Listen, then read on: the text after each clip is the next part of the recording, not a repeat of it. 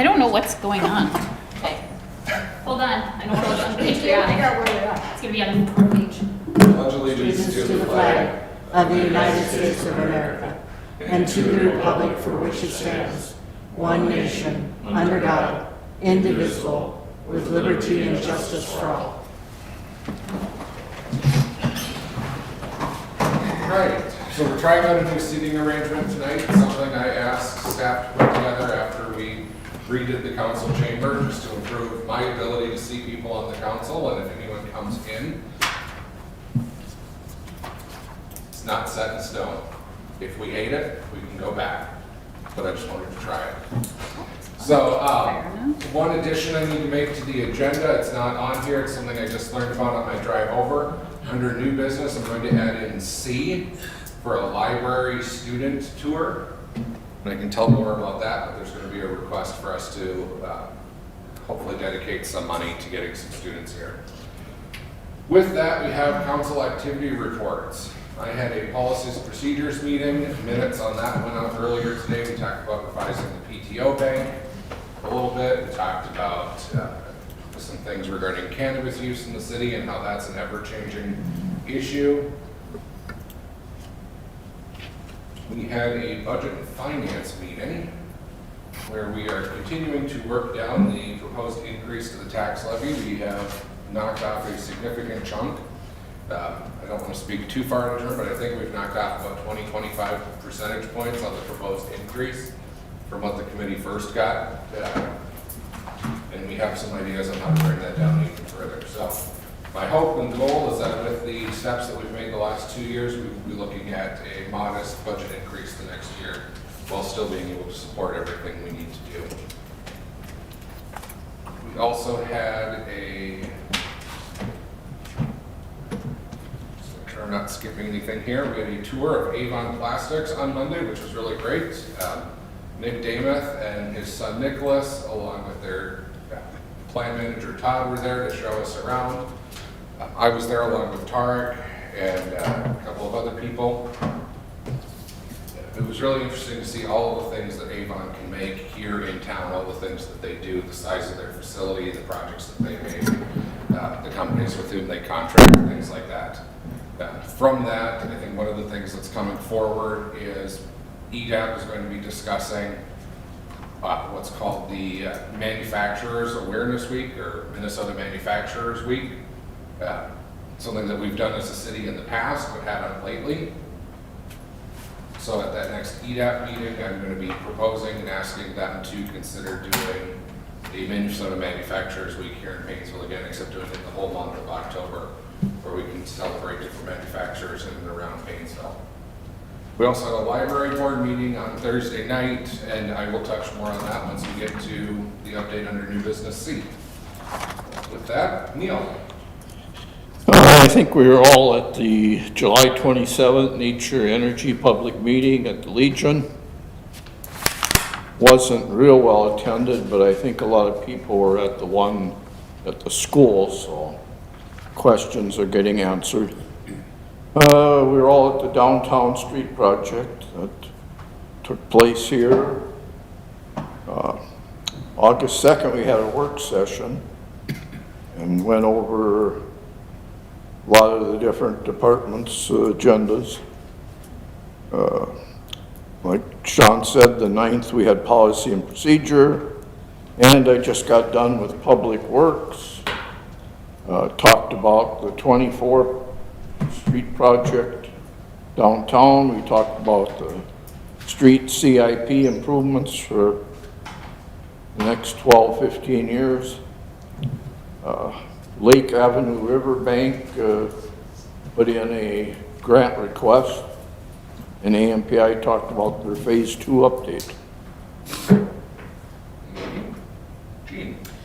Some of the same things, Nature Energy Open House and the Downtown Street meeting also was at Night to Unite. And the last Chamber Board meeting, which that was mostly about the craft show and car show and the maps they're working on. And the working session, and I was also at the Fireman's fundraiser. But I forgot Night to Unite fell into that too. Thank you, to everyone who helped put that together, Chief, for you and all your staff for being there. And it's a good turnout with all the people who were able to make it, so it was a success. Procrastination can sometimes work. Megan?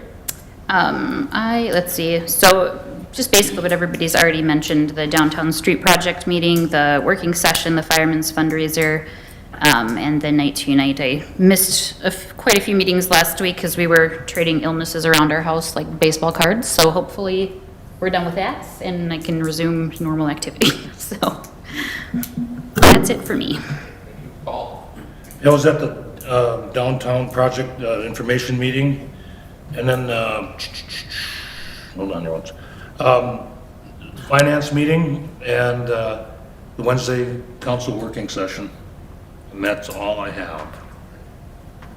Here, department head reports, Ron. All right, thank you. First of all, I was at a 3-day training for wastewater up at the MWA up in Grand Rapids. Learned a lot about PFAS, but nobody seems to know what the end result there is going to be yet. Tarek and I were over at St. Cloud at the library there, attended a tree grant informational meeting. That is for looking again to apply for our inventory and emerald ash borer plan. Get that updated and implemented. Let's hope. They went from, it was a very small amount of money last year up to, I think it's over $6 million that they're giving away next year. So it's a very good chance we will be successful on that grant. Our drinking water program through the Department of Health, the grant that we got for conducting the water festival, the newsletter, and part of the generator, that is in your informational packet, as we did get, or we will be getting that check for that. Remember, the air show is August the 26th. That's coming up very shortly. This summer we did take our lead and copper samples out, and they all passed 100%, so which is very good news. Over in our parks, our kayak rentals, just for everyone's information, again, May was 36 rentals, June was 81, and July was 58. So I think that is going extremely well out there. I don't know if you noticed, but down Business 23, we did paint some of the hydrants along there. I think they look quite well. And I'd just like to commend my crew for during the power outage that we did have here, taking care of all. There was no backups that were noted at all. So having the generators is essential. There's no question about it. Thank you. Any questions for Ron from anyone? Ron, would you please extend my apologies to those of the air show? I will not be able to make it. We have to be at a wedding down in St. Paul that day, so Okay. won't be able to be there. But looks like a great show, and I'm going to be sad to miss it. Yeah. Great, Tarek. All right, well, I think a lot of the meetings were already mentioned, but, policies and procedures, park and tree, budget finance, downtown street project, and the working session. But I was also at the Avon Plastics tour, as was mentioned, and Ron and I attended the DNR grant program in St. Cloud. Also with, well, you were there too, at the fire department fundraiser. And then, because we haven't met in a few weeks, we also had the New Richmond visit that you and I went on for Nature Energy. We got to meet with some of the elected officials there, as well as some of the members of the community there, heard their concerns. And then there was also the Christensen, the accounting firm, open house also. I attended, and I ran into Jean there as well, so you were there too. That's all I got. So I'll just follow up with a couple of things that I omitted. First is to all the citizens who might be watching, we do have our city notification MailChimp system is now active. So for those non-emergency alerts or informational pieces, you can go to the city's website, and up at the top it says how to, and you can click on there for alerts. And also, Tarek and I can talk a little bit about New Richmond, since that was a council sanctioned trip, and totally forgot that was, it has been a long time since we met last. I think that was a very beneficial trip. I thank the council for authorizing that we both go. I wrote extensively about it in the press, so I'll try not to regroup on and re-hit on everything that we discussed. But overall, I think that the difference is that any opposition that was seen in New Richmond was significantly different from what we had here, what we have here. And one of the biggest things is this pilot program, the PILOT, where under Wisconsin law, the organizations don't pay property taxes if they're green energy, and they engage in some sort of contract for payment in lieu of taxes. And that, despite the number of people on both sides of the issue who tried to explain that to me, I still don't quite understand it. And I was not shy in telling Jesper and some of the other folks from Nature Energy that we might be having a different conversation if we had a pilot system here in Painesville. But overall, there were also some concerns about the geography of the region and the way that their ground is made up, different from here, differences in where the manure would be sourced and whether or not it was coming out from further than it would be deposited. Again, that's different from here, just given how much manure we have in the area. So I really think that, while a lot of the opposition here locally came out of what happened in New Richmond, they are very different concerns, ultimately, when you get down to the nitty-gritty. I think the other thing that was really enlightening were just the number of people who were opposed to any type of development whatsoever.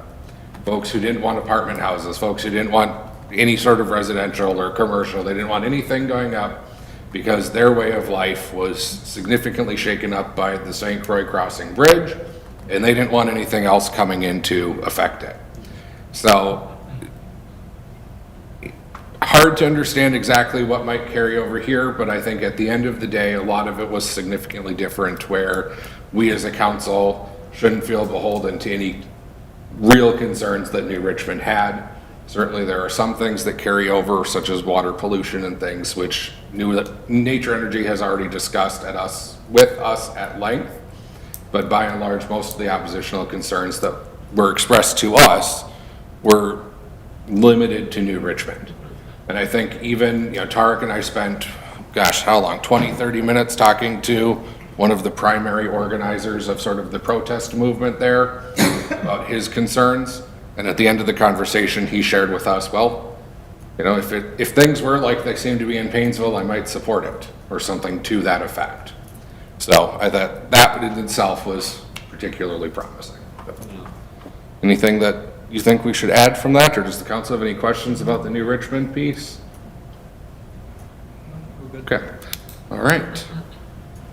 Not seeing anybody here for the open forum, so I'll move on to the adoption of the consent agenda. Includes the minutes listed on page 1, vouchers on page 2 totaling $505,697.96. I'd look for a motion to approve. Motion to approve. Motion by Hertzberg, is there a second? Second. Second by Soini. All those in favor indicate by saying aye. Aye. Aye. Opposed? None. Motion carries.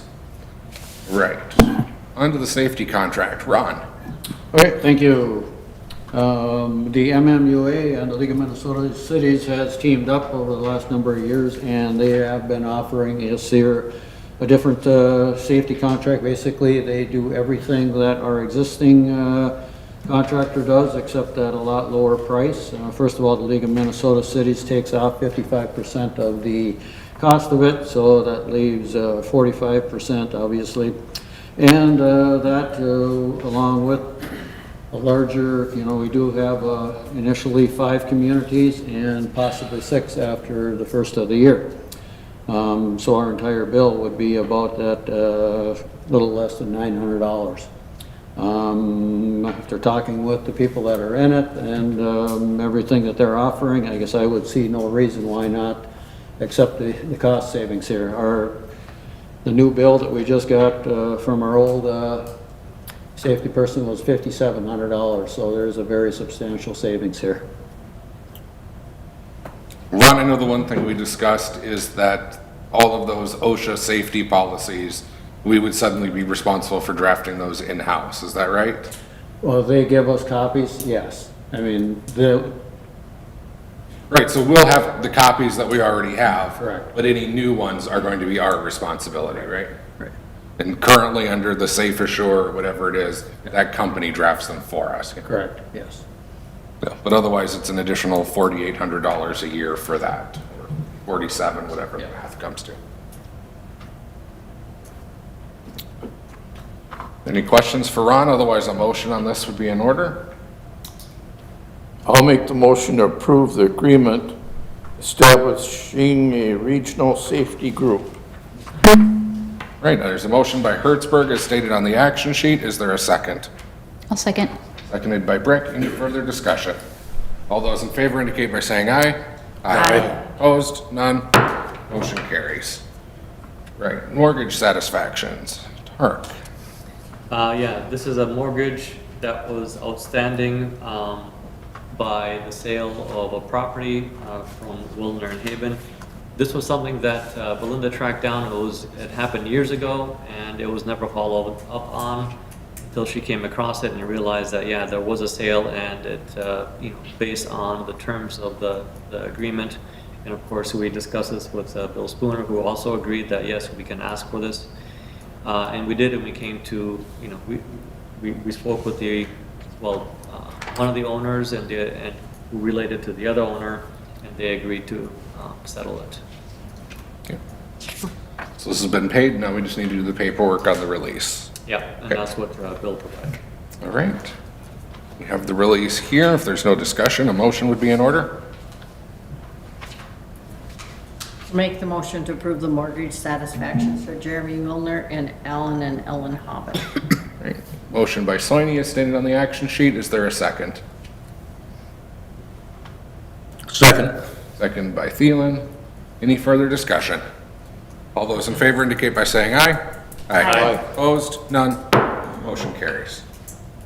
All right, new business C, this is the addition I just slapped on, a student tour for the library. The library committee has been meeting. One of the things that's come up is we need some architectural drawings of what a space might look like, including where it might go. And we'll talk about that as we get into closed session and some other concerns there. But the discussion and recommendation of the library committee is to work with students from NDSU and bring them in and ask them as part of their curriculum to do designs for our library project. This is something that they do. Laura Luderman, who lives in the township and serves on the committee, is an architect. She shared with us that as part of their third-year program, they have to do a number of real-life type projects. Usually the professors just make things up, but it's also common for them to actually engage in real projects that communities or people are looking at. So this is something where she reached out to her professor from NDSU. He was entirely keen with the idea and is all in favor of their program of somewhere between like 60 and 80 students doing designs for our library here in town. They wouldn't charge us for it. It would all be part of their curriculum. Part of what they would do is designs for it and also propose site locations. So they can take a look at various sites around town, take a look at the maps, and sort of advise based on their urban development courses where they think a good spot for the library might be. The only thing they ask is that the city contribute something to the cost of a field trip for them to come down here and tour the site. The Friends of the Library have agreed to contribute $2,500 to the cost of the field trip. They have contacted the NDSU program, and the total cost for busing would be about $4,000. So the motion that was made at the library board meeting the other night was for the city to pay that difference of $1,500, or at the time, we didn't know that it was going to be quite that much money, but the Friends would pay up to $2,500 with the city chipping in the difference. That's just a day tour, right? Or That is just the day tour, that's the bus cost. That is, so I checked today because I said, well, did we get bids? Did we do anything like that with it? And that is the company that's contracted with NDSU that does all of their transportation. So whatever contract rate NDSU has, that's what it would cost to get the two buses down here.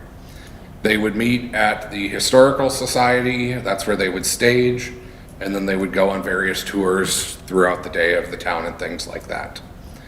There might be a cost coming back to the city to ask if we can help feed them, but I think library board members are going to approach some of the local businesses to see if they'd be willing to help out on that expense. So that I think can wait a little bit, but given the need to contract with them before the start of the school year, before everything goes, we had to bring the busing piece to council tonight. Yeah. I thought we did an architect study, or what was that? We did some preliminary sort of mock-ups, but they're not full sketches. And I apologize, I missed the meeting where this was really discussed, so. Yeah, they're not full design, but they are kind of just a layout design. And they're made for a certain, as far as, in my time on the library board, the architectural sketches or, any kind of presentation I've seen is for a specific space only. Not, whereas this will be just a bunch of people talking about, I missed the library meeting, but from what I assume, like talking about, they're looking at like everywhere in town and various possibilities instead of just, if you have this, like one particular location, this is what will work for it. So it'll be a much broader sense of what we can make work versus just a specific space that we may or may not be able to use anyway.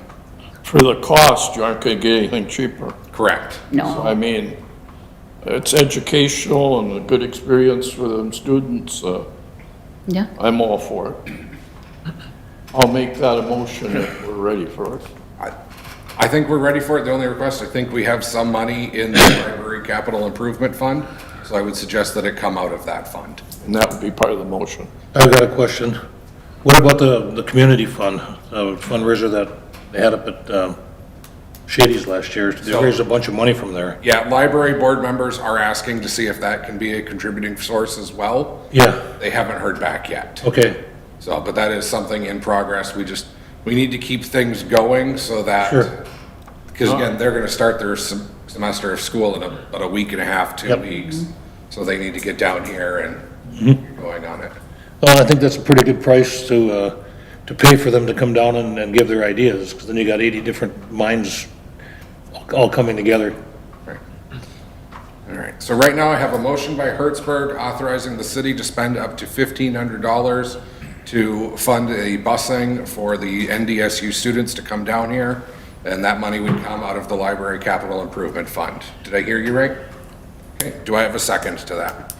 I'll second. Oh, All right, motion by Hertzberg, seconded by Soini, just because I heard it there first. Sorry, Megan. okay. Any further discussion on that? I just wanted to say before, because there's always somebody who says, well, what about, Minnesota or anytime we want to do anything out of city or out of state or whatever. And I just, as a good reminder, it's, Laura who serves in a volunteer capacity, sharing her immense knowledge with the library board out of the goodness of her heart. This is where she has contacts and she's gone to the time and trouble to set it up and she knows the ins and outs of that program. So I think that in the interest of time and what we have to work with, I think that this is definitely the best option. I agree. I think it might be worthwhile if we had connections with the University of Minnesota or SCSU, anything like that, to look locally. But here we have a board member who graduated from that program, has the connections, she knows they're competent, she knows that it's up to the task, so Absolutely. I think this makes sense for us And to if it, sponsor. if it works well and we have future projects, then we can, possibly reach out to more local schools, but in the interest of time, I definitely think this is the way to go. All right, so then with that, on the motion, all those in favor indicate by saying aye. Aye. Any opposed? None? Motion does carry. Thank you. Right, on to old business A, the downtown stormwater drainage study. Ron and/or Chuck, please. Yes, thank you. I passed out some maps. I brought some bigger maps. I intended to project them on the screen, but we're not able to do that, so. This is really good, though. Probably see them a lot better than the ones in the budget, so. So in your packet is a copy of a memo that outlines the drainage study that was completed.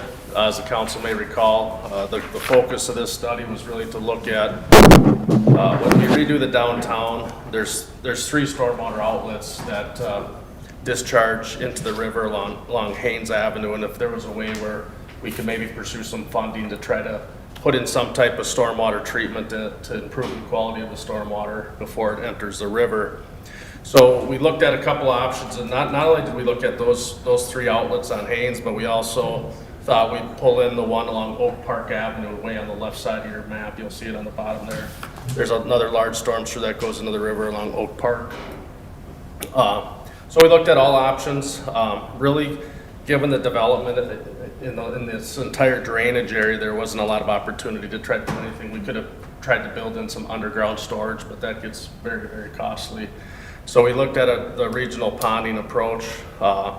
We looked at two different options as shown. Option one would be the area just south of Haynes Avenue. We looked at two different alternatives for that option. Alternative A would encompass 8 different properties, all the properties along River Street plus the ones behind them. We were able, utilizing that size of a footprint, to put in a pond that would meet standards. Right now, the city is not required to do stormwater treatment as part of your project, but the rules are heading that way, that stormwater is becoming a larger component and more of a regulated item. And at some point in time, we envision that there's going to be a need to treat stormwater. And the city's done other ponds in the past, out by the industrial park, to treat stormwater prior to discharge. So option one, alternative A, like I said, the negative of that option is that there's 8 different properties involved in that would have to be acquired, and some relocation would need to occur. You do get good phosphorus and suspended solids removal as shown in the memo. The estimated construction cost of that one's about $600,000. That does not include property acquisition. So in this one, property acquisition would increase that cost significantly. We also looked at trying to do a smaller footprint in this area, which is option one, alternative B. It's the inset towards the top of the page. That one, you do get some removal. You are improving the stormwater quality, but it really doesn't meet the standards. So that, I think, from a funding perspective, it might be really difficult to get funding for that type of improvement, being that it's a little below what the typical standards would be. And with option one, we would take all the water coming in through the stormwater outlets on Haynes Avenue, treat that water, and treat the water before it discharges to the river. And on page 2, you can see the outline in orange is the areas that would be treated. So all the stormwater in that area would be treated for option one. The other location we looked at is on the end of Central Avenue. That area is in the floodplain, so it's really a non-buildable area for structures. In that option, not only would we divert the 3 stormwater outfalls from Haynes Avenue, but we could also pull in the Oak Park outfall. So we'd be treating a larger area, about 128 acres. If you look on figure 3, it shows the drainage area that we'd be treating the water from. So you'd be treating a large area. It's obviously it's the biggest one, so you get the most phosphorus and suspended solids removal. The cost, obviously this one is about $2.2 million. The majority of the cost, the reason for the big difference is with option one, we're basically just diverting the water. The storm sewer costs are already associated with the downtown project. With this one, we have to divert the storm water down river and down Central Avenue, so that adds a significant amount of cost in storm sewer. So that's the major difference. We could defer some of the costs in option two because we wouldn't have to bring Oak Park over to the pond right away. That could be done at a future time, and that would save about $300,000 in costs. So obviously based on being in the floodplain, the acquisition cost for option two should be significantly less, being that it's in the floodplain. So those are really the options. They all provide a level of treatment.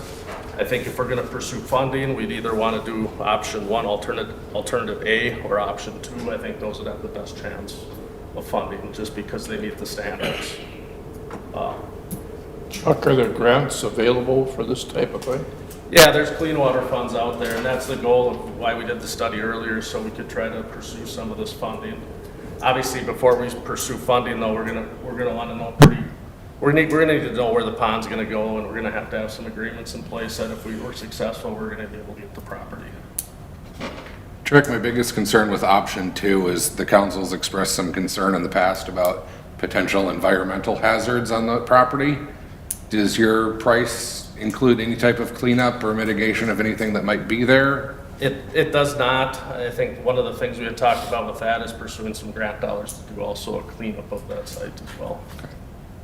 So I think that would actually be one of things we'd want to pursue. We'd have to dig in, probably do a phase 1 environmental review at some point, just determine what actually needs to be cleaned up down there. Could option 2 be scaled back at all?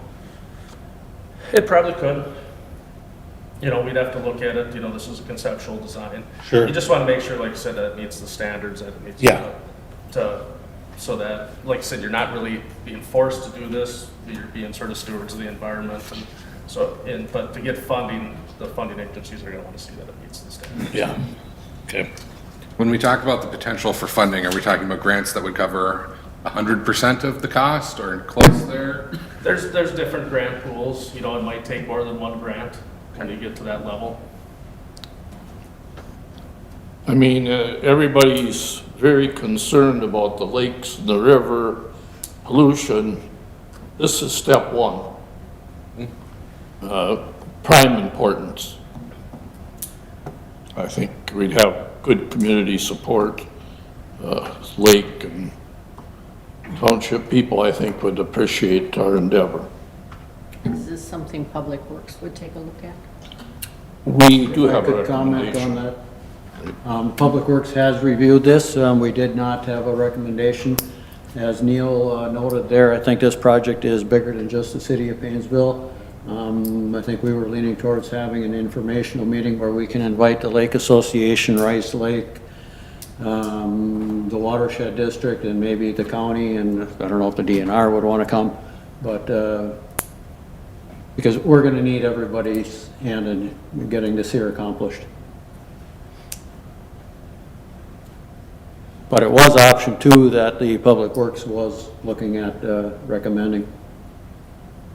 Right. I mean, I will say from my own perspective, that seems to make the most sense to me. We're not losing the housing, which Public Works was concerned with. If we explore option 2, we have the land that's already there, plus we might also be mitigating, this is hypothetical, I don't even know if there's anything of concern there. We might be mitigating another environmental hazard that's currently in place. I think it makes sense for us to focus our efforts on option 2. I get that based on the numbers we have right now, it's the more expensive, but option 1 doesn't include buying 8 houses. Correct. When you look at just the taxable values of the properties, it gets very close. Yeah, Plus the loss of It would be way over $1 million. right, and like Tarek said, plus the loss of the property taxes that those 8 Right. properties generate. Right. Well, we can't afford to lose 8 starter homes. Correct. With the shortage of housing now. How long do we need to set up an informational meeting? Do we want to propose dates tonight, or are you just kind of looking for the blessing and then put together a sketch of a meeting and come back in the future? We could put it together. Yeah, we can put something together on how that informational meeting will look. I'd certainly think option 2 would look very favorable to the funding agencies, given that you got 128 acres in the middle of a city that's, you'd be treating the stormwater from. It should be a great candidate for a project funding. Are there any council members who think we should be looking at option 1? No. Not at this time. Okay.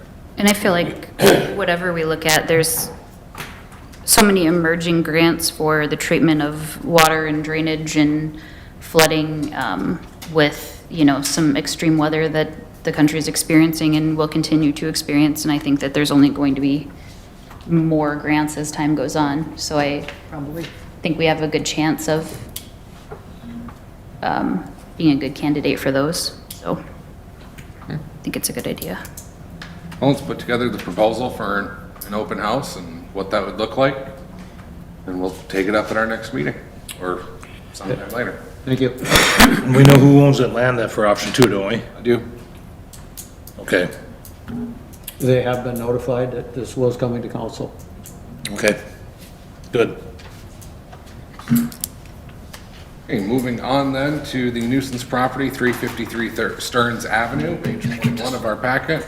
Tarek has also provided some photographs of the property for us to consider. As a reminder, this was continued from our last council meeting where we had basically agreed that the nuisance had been mitigated. So we were coming back tonight to make those necessary findings. Just one note here, the photographer this evening was Chief Engineer. And, yeah, we brought this back because according to, Bill, we should make some findings. So that's what this is for, and these are as of today, so you know they're up to date.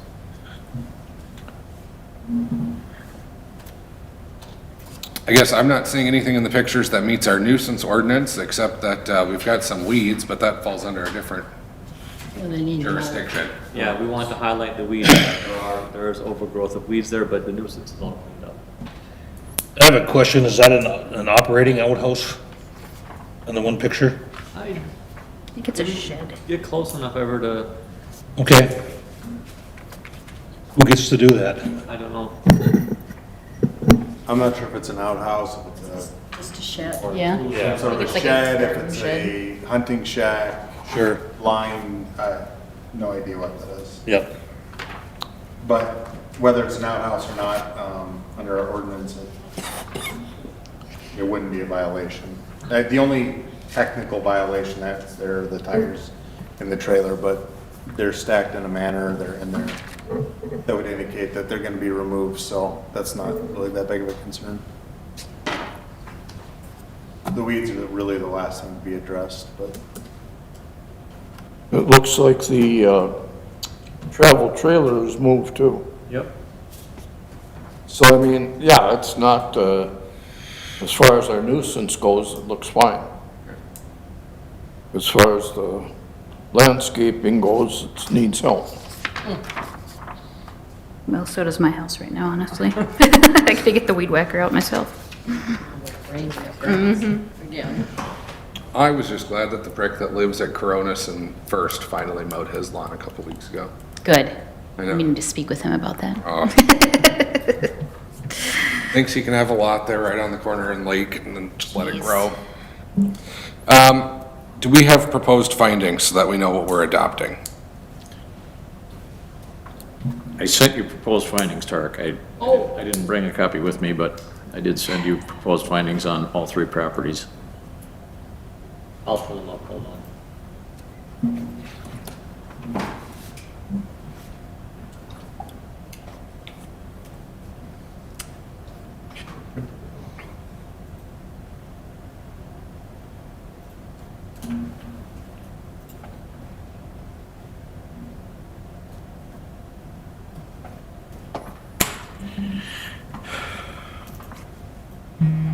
Well, Tarek prints that. Let's just jump ahead maybe to the sewer rehab, Burr Street to the high school.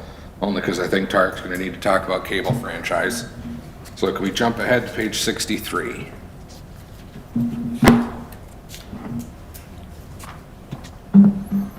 Ron, you want us to pay a bill? Yeah, the sewer rehab project has been completed. HydroClean did complete the lining of the main from the school over to Burr Street. And in your packet is a copy of their invoice, which matches their original proposal, so. And that project, I think you said last time, is now fully completed, yes? Correct. All right, so then we're just looking for a motion to pay this invoice from HydroClean. I'll make the motion to approve the invoice in the amount of $25,769.90 from HydroClean for the sewer lining from Burr Street to the high school. All right, I have a motion by Hertzberg as stated on the action sheet. Is there a second? I'll second. Seconded by Brick. Any further discussion? All those in favor indicate by saying aye. Aye. Opposed? None? Carries. Right. We had previously talked back in April about setting working sessions for the fire department, city administration, and the liquor store. So that's something we still wanted to do. We had one for the police department, and one for public works. I think at the time, we sort of left these ones go because we were all getting a little bit of meeting fatigue. Do we want to pick these up, or do we think that this can keep going? What's the desire of the council? I feel just personally like, you know, we might as well do them because we did it for the other departments and we don't want to miss anything. But we can space them out as much as necessary. I guess I'd prefer October. And I'm okay with Wednesday, Monday. It depends on if it's day or evening. It's right there in hunting season. Well, hunting season's 2 months. No, that's November. I And know. October. In that Wednesday. Well, yeah. Yes. You can skip a night. What page are we on here? Gosh. I'm okay with any time. I would recommend 6 o'clock. Or we want to do them during the day. Thank you. Depends on the department. Yeah, that's true. Right, fire department, we should do at night. Yeah, we can't do that one during the day. Liquor store, I guess Bill's probably going to have some thoughts based on his staffing at the time. But the administration should be during the day. They're all here. Yep. Can we do October 4th, fire department at 6, Depends. What day of the week is it? That is a Wednesday. Wednesday? Works for me. Works for me.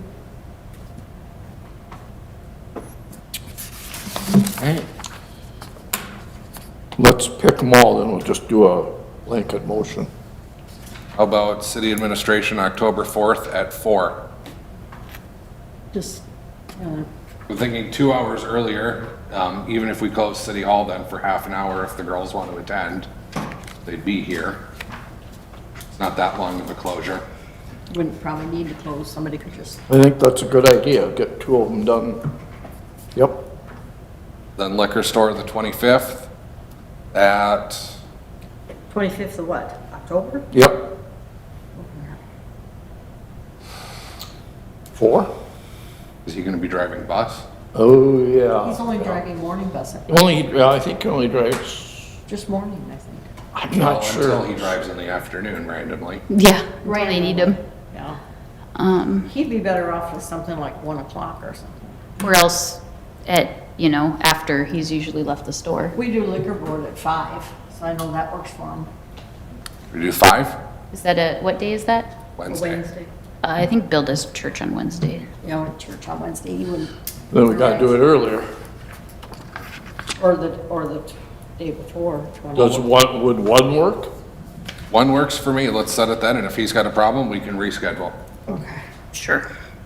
I'll make a motion that we, do the fire department October 4th at 6 PM. Administration October 4th at 4 PM. Liquor store October 25th at 1 PM. All right, there's a motion. Is there a second? I'll second. Motion by Hertzberg, seconded by Brick. Any further discussion? All those in favor indicate by saying aye. Aye. Opposed? None? Carries. Okay, going back up then to old business B. So sorry, Kristen. Reminds me of Pastor Paul at church, moving around. We have some proposed findings in front of us. I assume this is on just the one property, right? Okay. Item paragraph 2. All right, so the proposed findings, the City Council of the City of Painesville, on its own initiative and pursuant to City Code, Chapter 18, Section 18-2E, ordered an investigation of certain properties within the city regarding hazardous conditions or public nuisances. The city administrator, with the assistance of the Painesville Police Department, investigated the property at 353 Stearns Avenue and found that there were hazardous conditions or public nuisances on the property that violated Chapter 18 of the City Code of the City of Painesville, specifically inoperable vehicles and a collection of tires in the yard constituting a nuisance under Chapter 18.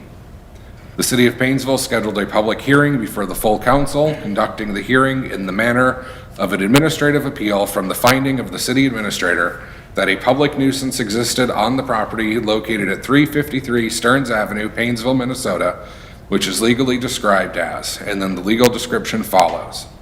If anybody wants it, I will ask them or direct them to get a copy from city admin. Specifically, the city administrator found that there were inoperable vehicles and a collection of tires in the yard.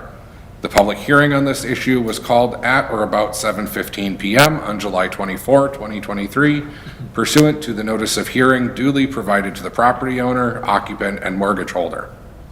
One of the owners of the property, Kenneth Olson, was present at the hearing, and he indicated that all the vehicles on the premises were licensed and operable, and that the accumulation of tires had been removed.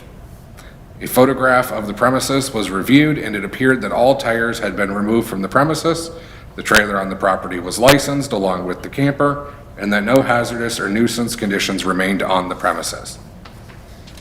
Decision. Therefore, the council finds that there is currently no public nuisance on the above premises, proposed to be signed by myself and attested by the city administrator. So those are the proposed findings. I believe at this time a motion would be in order either to adopt the proposed findings or to suggest an amendment thereto. I'll make the motion to adopt the findings. Okay, there's a motion by Soini. Is there a second? Second. Seconded by Hertzberg to adopt the proposed findings that have been read into the record. Any further discussion? Well, it does say that the tires had all been removed, and we just discussed that they hadn't been, but they looked like they were going to be. So just in the interest of people nitpicking, we can just, I don't know, I'm fine with it because the way that they're put in an orderly fashion, I assume that they will be gone at some point, but just because it says they've been removed, I don't want it to be a thing if, That was my only thought, and I was trying to recall. I thought at the meeting there weren't. At the meeting, they were gone. That was my thought, yeah. Okay. oh, Yeah, they were gone. I mean, Or were they- that was the time, at the time of the public hearing, the tires were gone. Now, in this picture, it looks like there's at least 2 tires. I mean, it's hard to see, it's a small picture, but I have bad eyes, but it looks like there's a couple of them there. I don't know the story behind them, but I know at the time of the public hearing, they were gone, or at least, Trailer, yeah, Yeah. the trailer looks like it was, it's been moved. Well, they're on a trailer. Well, then. okay, yeah. Yeah, there's probably about 4 or 5 tires in there. I think in any event, the nuisance has been abated. Yes, They have been at least stacked to the point where they can be disposed of. I agree. I'm good with adopting this. Perfect. Any further discussion unless our attorney tells me that I shouldn't? Okay. All right, all those in favor indicate by saying aye. Aye. Opposed? None? Carries. All right, cable franchise ordinance. Tara? Yeah, we've been going back and forth with MediaCom for quite some time on getting a new agreement done. As you guys know, we did try to get better terms from them in terms of getting some kind of credit for new equipment, and we were not able to. What we were able to do is have them replace one component, which was the encoder equipment. That's what they're willing to pay, and at the same time, when Sean and I were on the call with them, they indicated that their business is changing, and over the next, 18 months?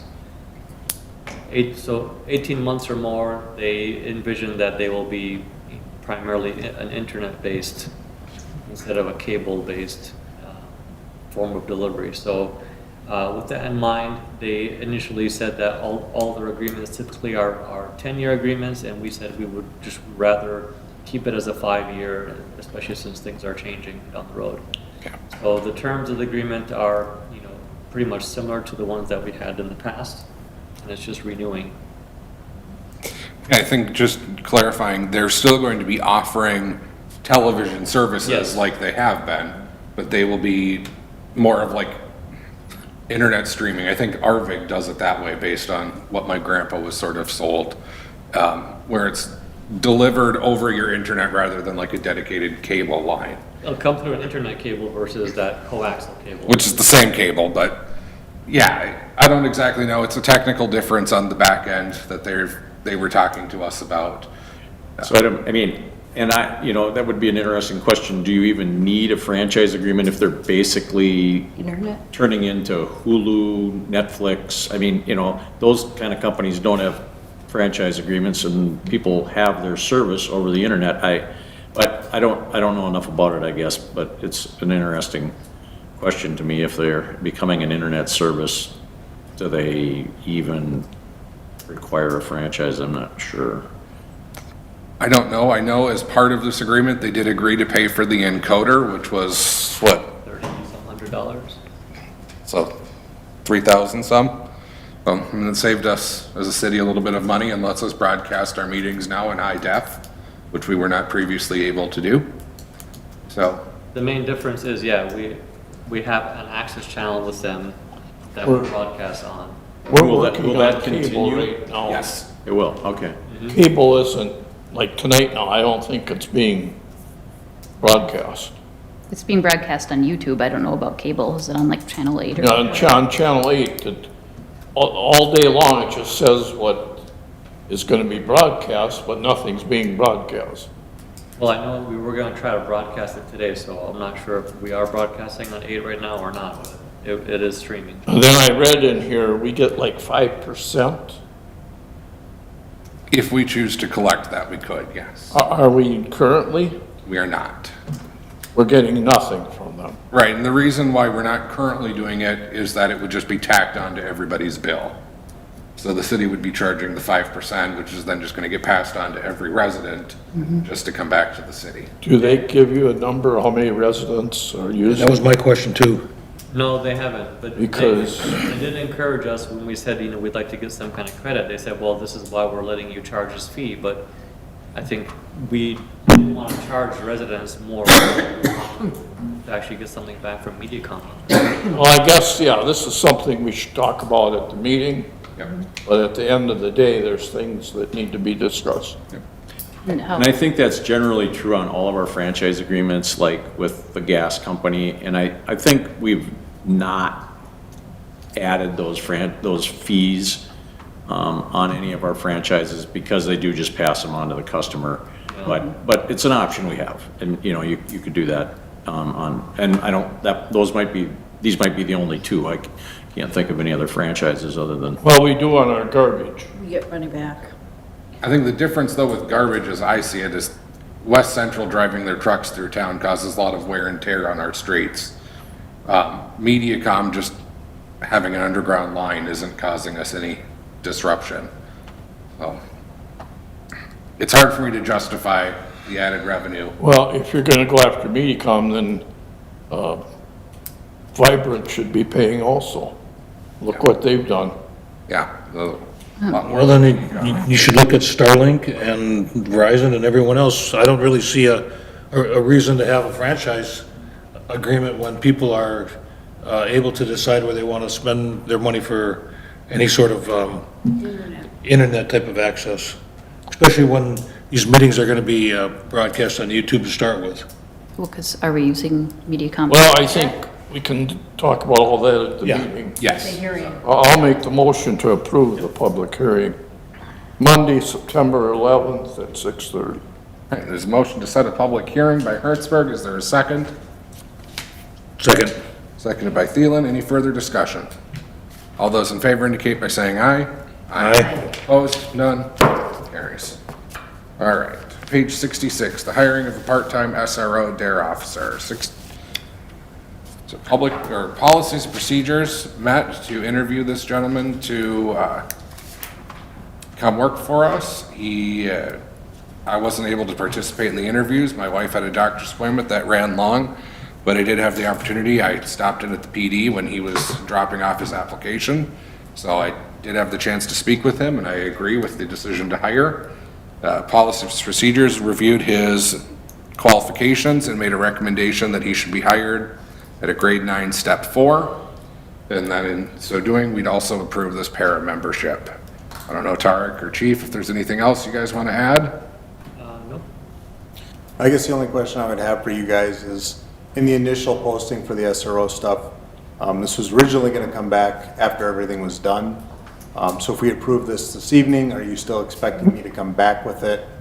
I believe his psychologicals today, his background, or his physicals tomorrow, and the background is in the process. So are you expecting to come back for the final, or is this good after this? Well, let's just do one. So either we approve it now with a condition, or we say come back when it's all background is done and then approve it, not twice. So I guess that's my only question. Yeah, my thought is, our recommended motion here is approve the hire upon the successful background check. So as long as all of that is clear, then he's on board. Okay. The only time then I'll bring it back is if for some reason it doesn't pass. So, Okay. Right. If there's any further discussion, we'll entertain that. Otherwise, a motion would be in order. We're trying to kill a fly. I missed it. Sorry, nuts. Motion to hire Christopher Hagstrom as a part-time SOR DARE officer at grade 9, step 4 at $29.58 per hour upon successful background check, psychological and physical exams. A motion by Soini to hire Christopher Hagstrom. Is there a second? Second. Seconded by Thielen. Any further discussion on the hiring? All those in favor indicate by saying aye. Aye. Opposed? None? Carries. Right, is there a motion to approve the resolution on the para membership? So moved. Motion by Hertzberg to approve the para membership. Is there a second? Second. Okay. Seconded by Soini. All those in favor indicate by saying aye. Aye. Opposed? None? Carries. Right. Do we have a legal description for this property? Which property? 311 Washburn. We can do informational before we close, though. We could. So we can just adjourn straight after, or do we have to come back? We have to come back. We have to come back in anyway, yeah. Yeah.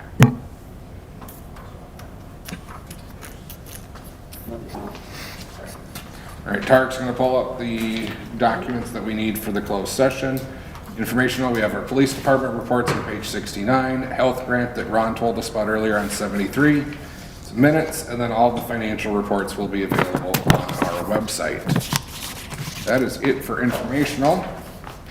We do have a proposal to recess our regular city council meeting and open a closed meeting. This looks a little bit different than it has in the past. I went down a rabbit hole at the League of Minnesota Cities a few weeks ago, and they said, hey, you're doing your closed meetings potentially wrong. They recommend that we make a formal motion to go into closed meetings citing to the specific provision of the statute. I think they're probably just doing it out of an abundance of caution, but we as a council generally do what the league tells us to do. So Jennifer has put this on here.